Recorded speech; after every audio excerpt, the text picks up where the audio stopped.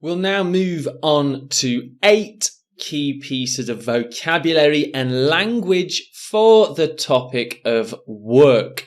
Again, it's very likely that this will come up in your Ielts speaking test. Let's move on to take a look at these key phrases. So we have contract, employer, job share, stressful, occupation, resign, commute, and vocation. Let's take a look at contract. So, contract is a legally binding document that you sign with your employer, and it usually gives you a list of duties that you must do, and it talks about things like holidays and hours and when you will work. Let's look at some examples. My current contract means I have to work 35 hours from Monday until Friday. I'm trying to change to a part-time contract to give me more time for studying. So a few examples of the word contract. And here we have employer. An employer is often considered your boss. It's the company or person that gives you a contract and pays you for work. My former employer was quite unkind, so I decided to quit the job.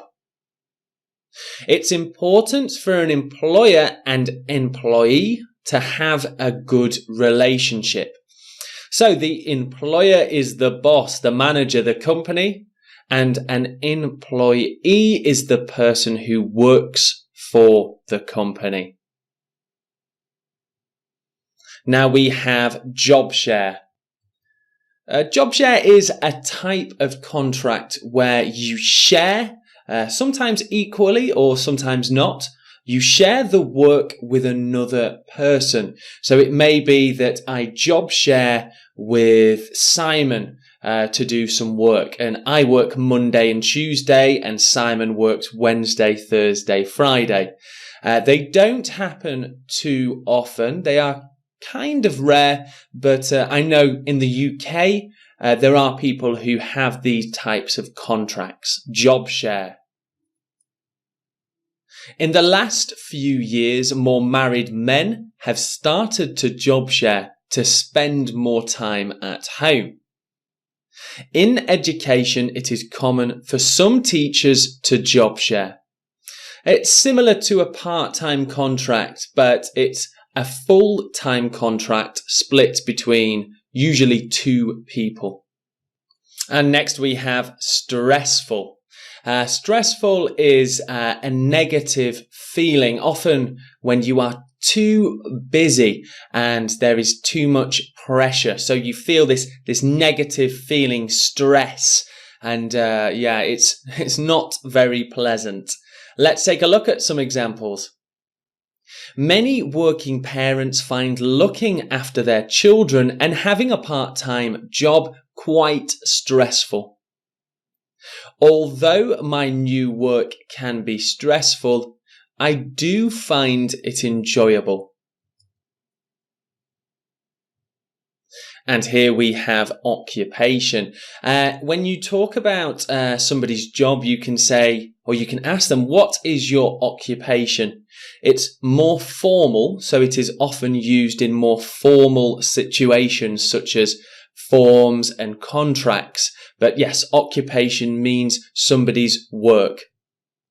My father's occupation was in computing and information technology. Children should start to consider what occupation they would like in the future. And here we have resign. If you resign from your work, it means that you are quitting. It often means if you resign that you are still abiding, still being careful with your contract. So it may be that you resign, but you have to work for 6, 7, 8 weeks, then you can finish. It's notice that you give to your employer. I will cut my contract short. After many policemen reached 45, they decided to resign from their role. If a job becomes unmanageable, then you can always resign.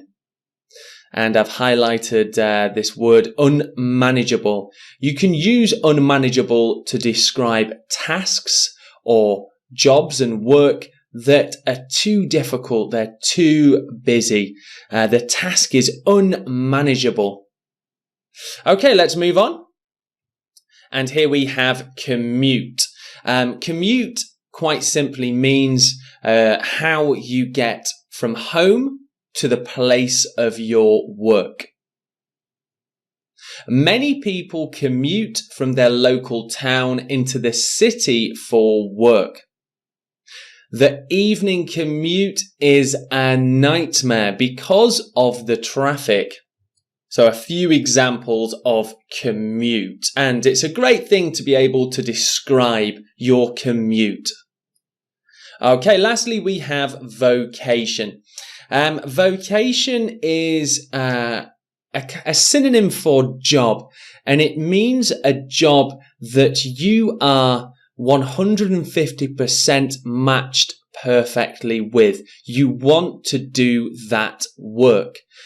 If you enjoy your job but not really, it's not your vocation. A vocation is a job that you love. Some people find their vocation early. Lucky them. To me, nursing is more than a job. It's my vocation and I love it very much. So if you're talking about a job that you love, you can call that your vocation. Okay, and here are your 8 key pieces of language for work. See you in the next vocabulary lesson.